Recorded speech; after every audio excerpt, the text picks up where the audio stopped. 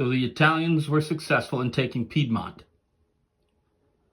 And they now have 16 infantry in Tuscany. And a fighter on the board.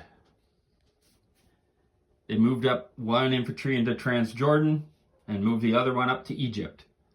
The Americans are purchasing one transport and 5 infantry. They have one attack. They're transporting everything from Spanish Morocco over to Spain, and then 2 more units from the east coast of the United States over to Spain. And that will be the American turn and the end of round 5. We'll see what happens. So round 5 is over. We are now moving into round 6. The Americans did not take Spain. There are 3 infantry and a artillery left for the Germans, which we decided to give that to the Germans. There's no naval threat for either the Austrians or the Ottomans in terms of getting through the Mediterranean. So we'll just give it to the most powerful Central Power country. They built up some more infantry over there.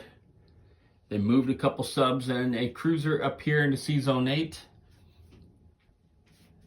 And now the Austrians are building a tank, artillery, and infantry in round 6. The plan all along was to hit Ukraine from Galicia and Romania. So they're going to do that. You might question it due to the infantry there and how bad the Germans did in their attack, but we cannot leave them out to dry. Otherwise, all these Russian units will pull back and take out those German fighters, which might happen anyway. But that is the plan. We're going to contest Ukraine. Not seeing an attack over here yet. We'll move a tank in, presumably move a fighter in, and maybe we'll be ready for an attack next round. But there are 16 Italian infantry there. And that will be the Ukrainian turn, or rather the Austrian turn, in the beginning of round 6. We'll see what happens.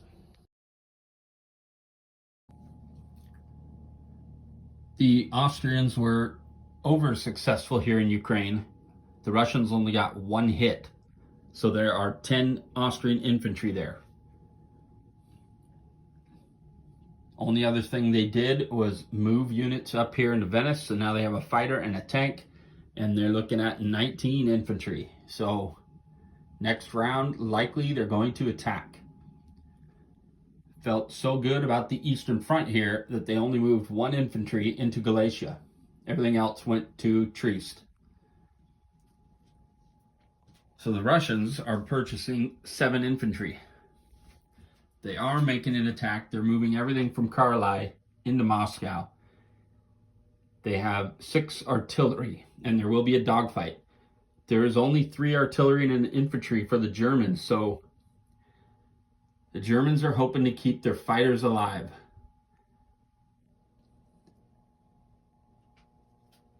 They're likely going to move these infantry up into Ukraine and try to get this artillery to escape somewhere.